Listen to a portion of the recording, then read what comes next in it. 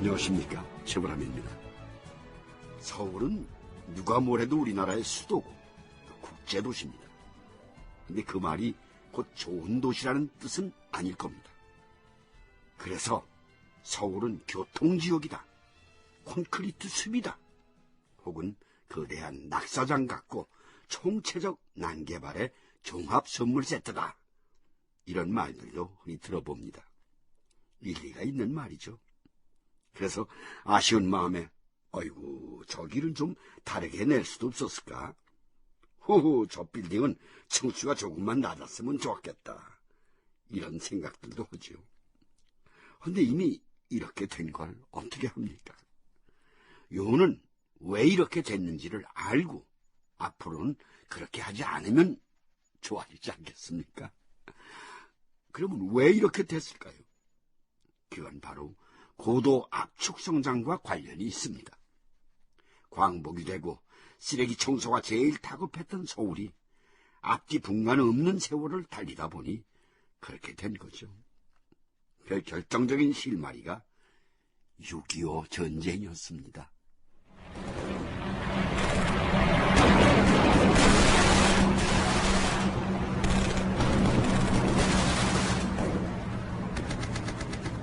전쟁은 모든 것을 삼켰다.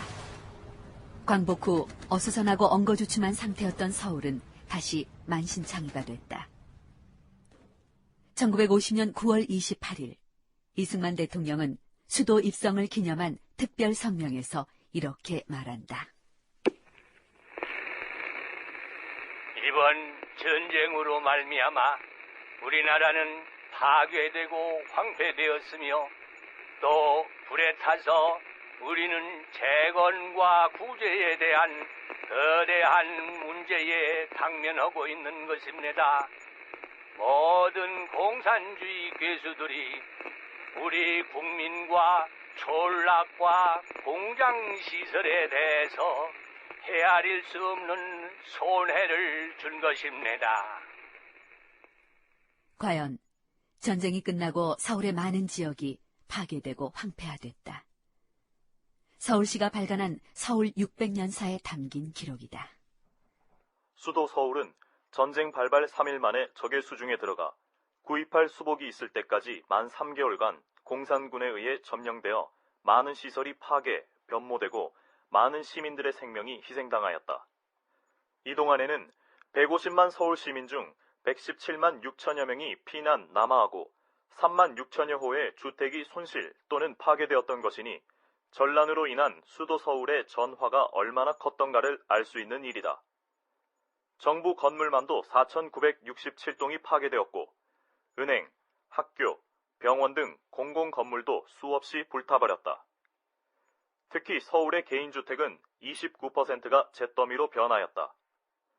이러한 주택의 피해는 전국 피해의 54%를 차지하는 것이니 수도 서울이 입은 전화를 짐작할 수 있는 것이었다.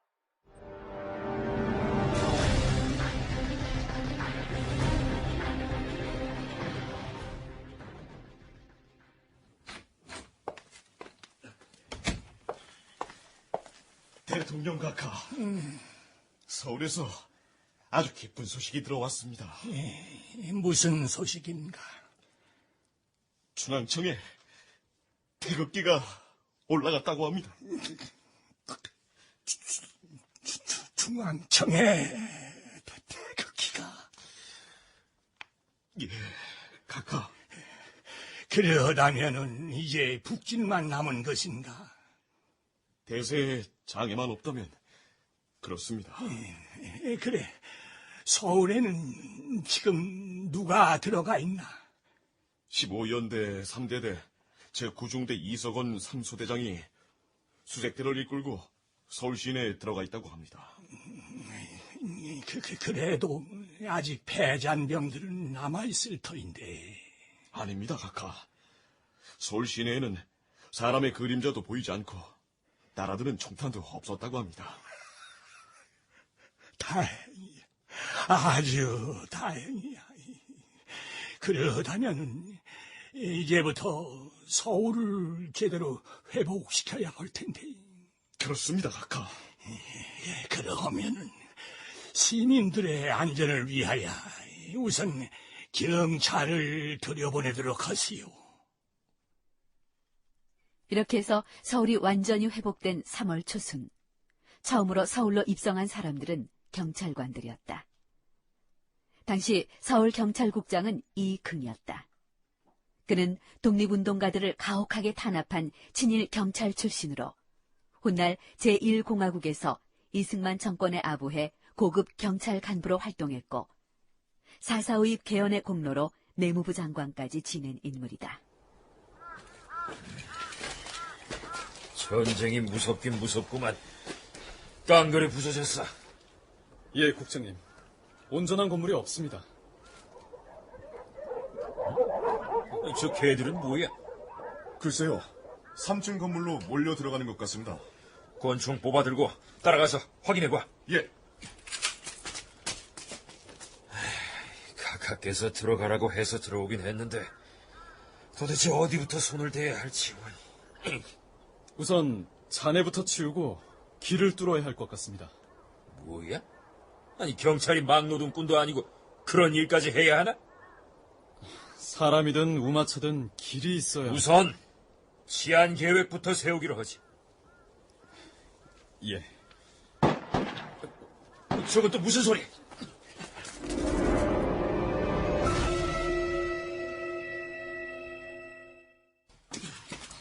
방금 그 총소리 뭐야? 무너진 시멘트 벽 사이로 시체 서너 구가 썩고 있었습니다. 그 허기진 개들이 몰려들어 시체를 뜯고 있었습니다. 그럼 이 냄새가 이곳뿐만이 아닙니다. 공산군이나 굶어 죽은 시민들의 사체들이 곳곳에 널려 있습니다. 이거 치아니고 뭐고 시체 처리부터 해야겠구만. 적당한 공동묘지 찾아보고 병력 풀어서 매장해. 폐허 속 서울로 가장 먼저 들어온 서울경찰국이 우선 서두른 일은 시체 처리였다.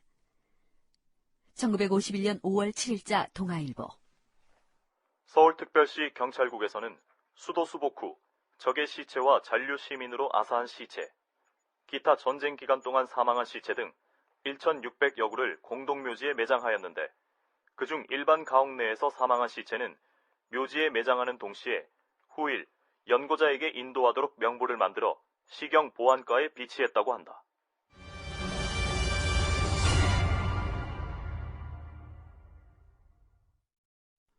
자, 이쯤 되면 인간의 존엄성이고 뭐고가 없는 겁니다. 참 침통한 일이지만 전쟁이 워낙 그런 거 아닙니까? 결국 더 많은 사람을 죽이고 다치게 하는 쪽이 이기잖아요. 이렇게 시체 처리로 첫 복구 작업을 시작한 서울로 시청 직원들이 들어오기 시작한 건 1951년 3월입니다. 그들이 바로 이기봉 시장을 비롯한 행정건설대였습니다.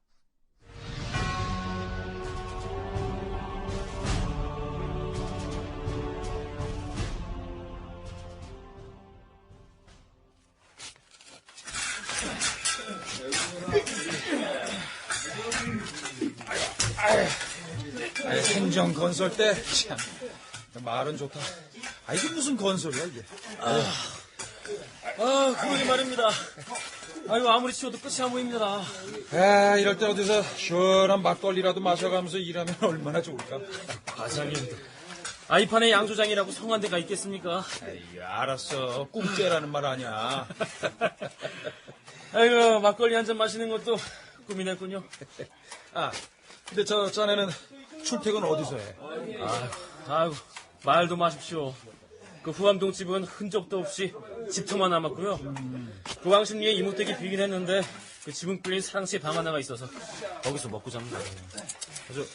과장님은요? 다행히 우리 집은 큰 피해는 없는데 그 옆집에 대학 교수님이 살거든. 여기 미국이 폭격으로 폭삭 주저앉았더라고. 그래서 함께 지내고 있어. 근데 왜 미군이 유독 이 용산 주변에 심한 폭격을 한 거죠? 돈 찍어내는 조선서적 인쇄사가 있잖아. 북에서 내려와서 돈을 마구 찍어내는 통에 한때 인플레가 극심했던 거 기억 안 나? 그게 또 그렇게 연결되는 거군요. 그래서 화폐공장 폭격한다고 마포 도화동, 공덕동까지 폭격을 맞은 거군요. 이거 폭격 맞은 잔해물 치우는 것만으로도 얼마가 걸릴지 모르는데 겨우 행정건설대 300명으로다가 뭘 하자는 건지 참. 내일도 추가로 온다고 하니까 점점 늘어나겠죠. 그렇게 다 끌어와야 400~500명일 텐데 그걸로 서울 전체를 어떻게 복구를 해. 참. 아이고. 이 시간이 벌써 이렇게 됐네. 에? 왜요? 어디 자식이에요? 시장님한테 서울 거주 인구 조사 결과 보고를 해야 돼. 아유, 이거 삽질하다가 보고서 쓰고 다시 삽질하고 참 몇 가지 일을 하는 거지 원. 이 마당에 무슨 인구조사 보고를 어떻게 합니까? 하라면 해야지. 비용 빼는 재주 있어. 여기까지가 이기붕 서울시장의 업무였다. 그가 국방부 장관으로 옮기면서 본격적인 서울복구 사업은 다른 사람의 손으로 넘어간다.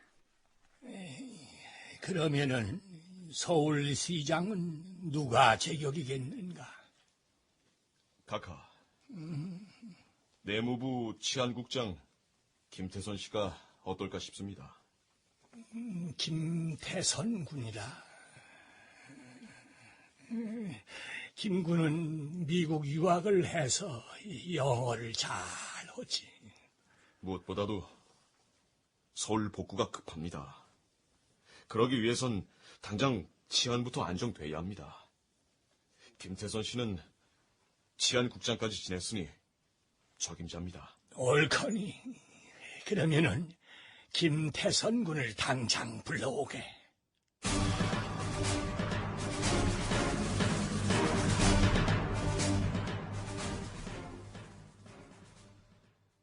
김 시장, 임무가 막중합니다. 열심히 일해주시오. 예, 카카. 중심을 다하겠습니다. 무엇보다도 서울 시민들이 본격적으로 들어가기 전에 어느 정도는 복구를 해야 할 터인데. 그렇게 하겠습니다, 카카. 우선 7월 1일부로 서울시청을 복귀시킬 계획입니다. 7월 1일... 너무 이르지 않은가? 사흘 남았는데. 아닙니다, 카카. 하루라도 먼저 시민들의 앞서 들어가서 기다려야죠. 그런가? 전혀 복구가 안 된 상태에서 시민들이 들어가면 위험합니다. 특히 폐허가 된 서울시가지를 그대로 내버려두면 시민들이 한꺼번에 돌아와서 전에 살던 집터에 다시 집을 지어 서울시가지는 전쟁 전의 모습으로 되돌아갈 겁니다. 그래, 옳은 생각이요. 옳은 생각이야. 실제로 그땐 아무나 서울로 들여보내지 않았다. 미군이나 한국군 헌병이 군 당국이 부교로 놓은 한강교 앞에서 도강증 검사를 했다. 도강증은 군속이나 공무원만 받을 수 있는 것이었다. 서울 피난민들만이 겪어야 하는 진풍경이었다.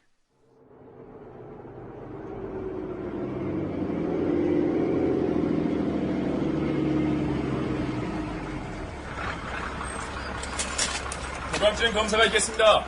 모두 하차하십시오.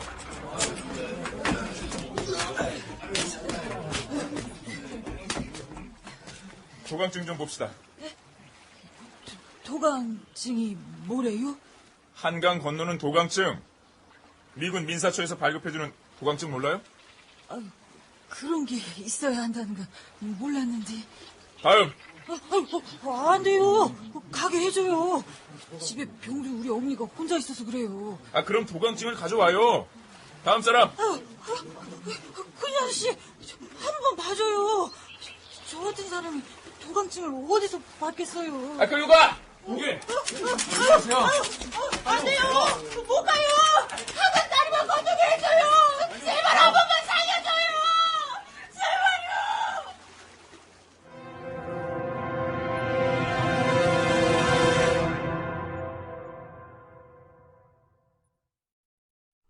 지금부터 꼭 60년 전의 이야기입니다.